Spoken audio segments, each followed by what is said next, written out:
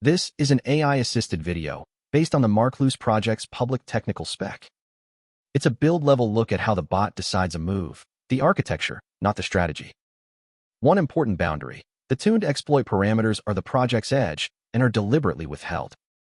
What we show is the pipeline, protocols, the per-street router, the solver, and the reliability layer.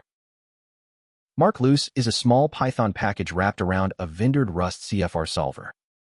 Every agent exposes exactly one coroutine, act. It takes the game state and returns one of 4 moves. The game is fixed, heads up, no limit hold'em, 200 big blinds, stacks reset each hand. Bet amounts are always cumulative on the current street, as integers, the same convention the API uses. 2 protocols matter, both plain JSON, the benchmark API and the solver contract.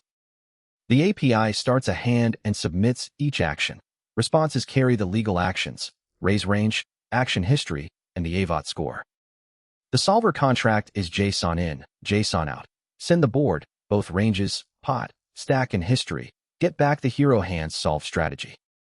That clean boundary is what lets the Python side stay strategy light and the Rust side stay a pure equilibrium engine. Each decision is routed to the cheapest method strong enough for that street. First, the bot rebuilds a view from the action history. Who did what? The pot, the bet counts. Preflop reads charts. The flop runs a fast equity heuristic. Turn and river spawn the solver. And a sanitizer wraps every path, so the final move is always legal. The villain's bet count on each street is the signal the opponent model runs on.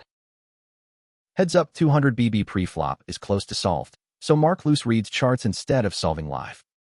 Each of the 169 hand classes maps to a mixed action at a common node. First in, versus an open, 3-bet, 4-bet. A per-decision random roll walks the action weights, so a hand that's part 3-bet and part call is played at those frequencies, not deterministically. The exact tables, which hands 3-bet how often, and the sizings are the tuned exploit values, and they're withheld. The flop is played by a fast heuristic, and it's the bot's most profitable street. It estimates equity by Monte Carlo against a modeled opponent range, then compares that to pot odds. The opponent's range is modeled as the top X% of ranked hands, and X tightens with every bet the villain makes. Aggression implies strength. Value bet strong equity, call when it clears pot odds, otherwise fold, with an occasional bluff. The exact cutoffs and multipliers are withheld. On the turn and river, each decision spawns the Rust solver to solve the current subgame from scratch.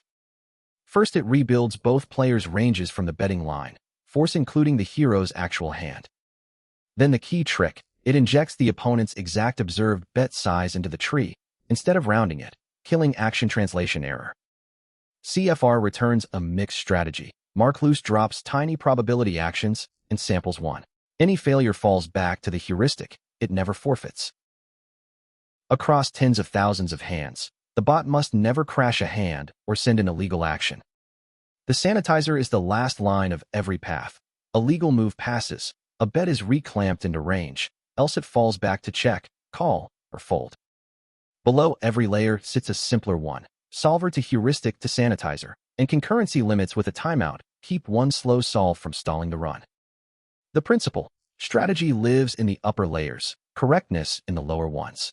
The bot can be as clever as it likes on top. The opponent on this benchmark is fixed, it never adapts, so Markluce tuned parameters are a real, reusable edge. So the concrete values stay private, the chart contents, the sizings, the opponent model multipliers, and the solver's bet menus. The architecture you just saw is fully general. It's how you'd build any subgame solving heads-up bot. For the concepts behind these parts, CFR, AIVAT, subgame solving, the measurement floor, see the companion study guide. This was AI assisted. Thanks for watching.